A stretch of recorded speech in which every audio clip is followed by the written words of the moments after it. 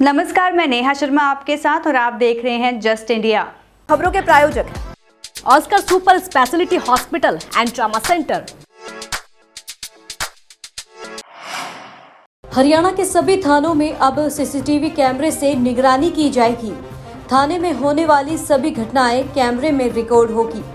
प्रदेश के 756 पुलिस थानों और चौकियों पर अब सरकार की 7530वीं आंख यानी कि सीसीटीवी नजर रखेंगे। इसके लिए सभी थानों में नाइट विजन क्वालिटी वाले कैमरे लगाए गए हैं, जिनमें वीडियो के साथ साथ आवाज की भी रिकॉर्डिंग की जाएगी। बड़ी बात तो ये है कि इन कैमरों से जुड़ी सारी जानकारी पुलिस मुख्यालय में होगी, जिस पर हर जिले के एसपी और आईजी की भी पैनी नजर होगी। हरियाणा पुलिस की हर चौकी, हर थाने पर अब सरकार की पैनी नजर रहेगी। ये कैमरे थानों के एंट्री पॉइंट से लेकर हर महत्वपूर्ण जगह पर रहेंगे। हरियाणा के गृह मंत्री के अनुसार इन कैमरों में पुलिस की सारी कार्यवाही रिकॉर्ड होगी, जिसका फायदा लोगों को मिलेगा। सारी चौकियों में, सारी पुलिस पोस्टों पे और थानों के हर महत्वपूर्ण पॉइंट पर, एंट्री पर और जगहों पर हमने सीसीटीवी कैमरे लगाए।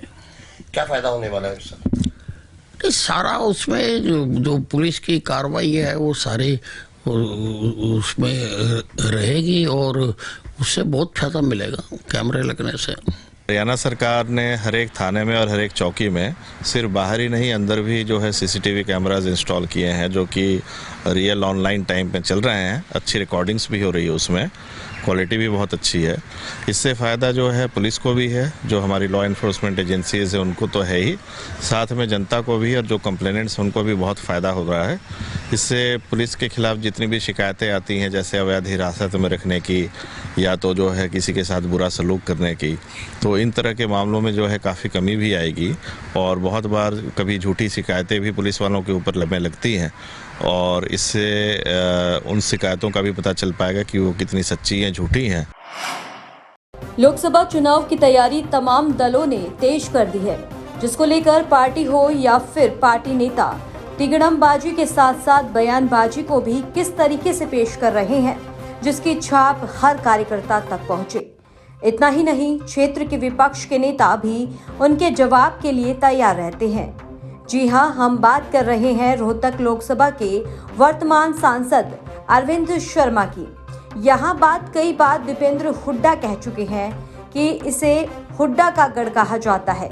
हालांकि दीपेंद्र हुड्डा कार्यकर्ता सम्मेलन में वहां यह कहते नजर आ रहे हैं कि सभी भाजपा के नेता यह कह रहे हैं कि आपकी सीट और दीपेंद्र हुड्डा भाजपा के निशाने पर है।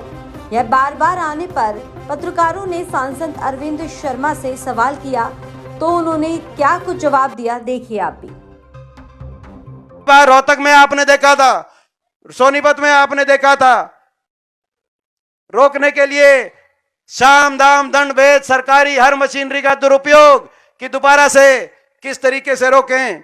इस बार भी बीजेपी के सारे सांसद, जब मैं जाता हूं पार्लियामेंट के अंदर, खुल के कहते हैं हमने प्लान बना लिया है, देश में सबसे ज्यादा तेरे को निशाने पे हमारी पार्टी लेगी। और मैं कहता हूं आप ले लो मेरे को निशाने पे, मुझे कोई परवाह नहीं। मेरे साथ 36 बिरादरी का मेरा भाईचारा, मेरा परिवार है, आप निशाने पे ले लो। खुद इतने डरे हुए हैं, डरे हुआ आदमी के अगर मैंने घेर रहे हैं, मुझे ऐसे कर रहे हैं, फलाना है जी, मुझे खतरा है, समझे? तो ऐसा नहीं है।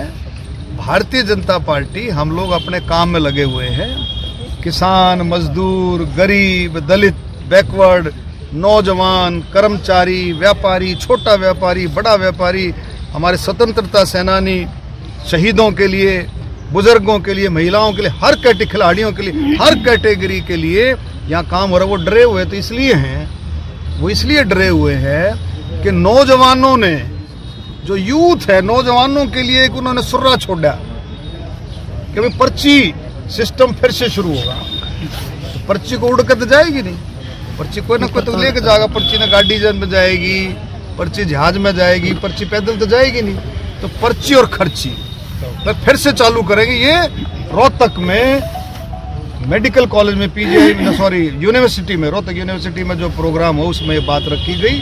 अब डरे हुए वो इसलिए है कि नौजवान अपना रास्ता पकड़े हुए हैं। नौजवान को पता है कि ईमानदारी के साथ जो थोड़ा सा भी उसमें पढ़ाई करेगा उसकी नौकरी लगेगी।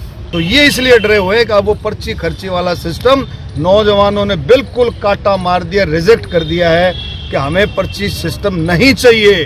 हमारी ईमानदारी से, हमें पारदर्शिता चाहिए, हमारे को ईमानदारी से ऐसी सरकार चाहिए जो ईमानदारी से नौकरी दे।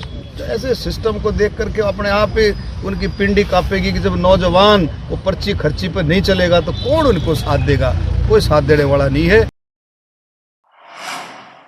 भारतीय राष्ट्रीय कांग्रेस की उत्तर प्रदेश इकाई अयोध्या में रामलला के द्वार पहुंची।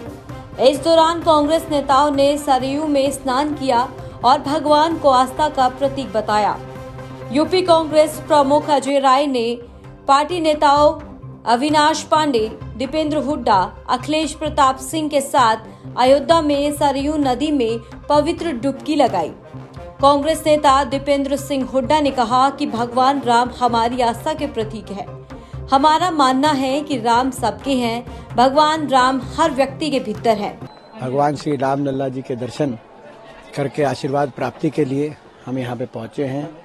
भगवान श्री राम के दर्शन हो, आशीर्वाद प्राप्ति हो, एक ऊर्जा की अनुभूति हो, विश्व ब्रह्मांड में खुशहाली की एक हम कामना करें उनके दरबार में। इस भाव से हम यहाँ पे आए हैं। भगवान राम सबके हैं और हर व्यक्ति के भीतर भगवान राम है, ये हमारा भाव है। मैं पिछले वर्ष भी यहाँ पे आया था।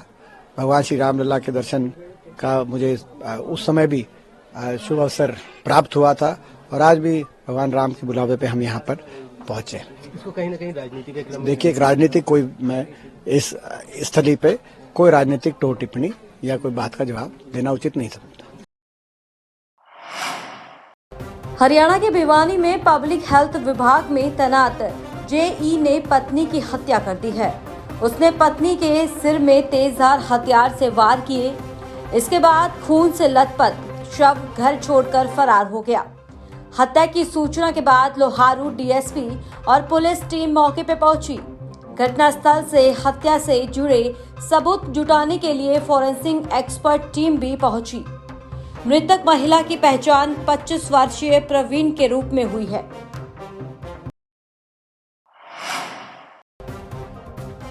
रोहतक के हिसार रोड स्थित ड्रेन नंबर 8 के नजदीक एक वैन और स्कूल बस की टक्कर हो गई।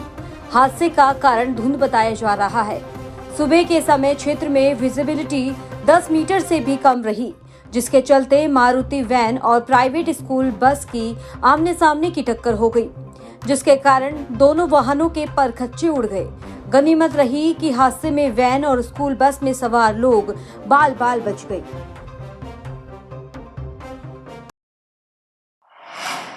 हरियाणा में पानीपत जिले के गांव सिवा के पास जीरो विजिबिलिटी के चलते नहर में कार गिर गई।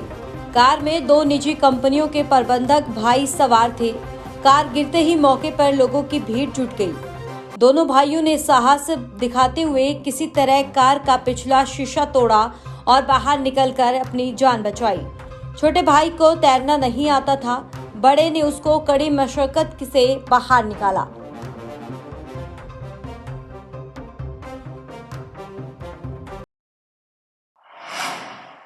खबरों में फिलहाल इतना ही। देखते रहिए जस्ट इंडिया। नमस्कार।